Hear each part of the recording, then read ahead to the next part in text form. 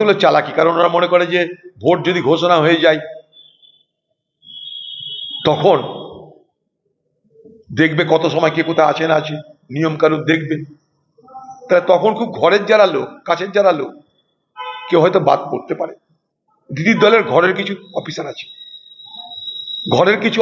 ঘরের কিছু পুলিশের মাথা আছে, তারা কিন্তু ভোট পরিচালনা করে।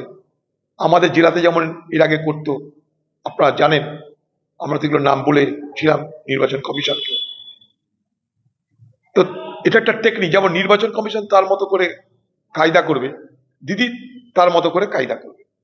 অর্থাৎ যেখানটায় এখন অফিসার মনোপুত না, লুটপাট করতে সাহায্য করবে বলে গ্যারেন্টি নাই, ভোট কারচুপি করবে বলে গ্যারেন্টি নাই, সেই সব জায়গায় গ্যারেন্টেড লোক, অর্থাৎ এই অফিসারকে পাঠালাম, ভোট কারচুপি গ্যারেন্টেড, তৃণমূলের গুন্ডাদের মদত গ্যারেন্টেড, তাই এখন থেকে সেগুলোকে জায়গায় জায়গায় বসতাম। এগুলো নির্বাচনী দাবার বোর্ডে সাজানো হচ্ছে।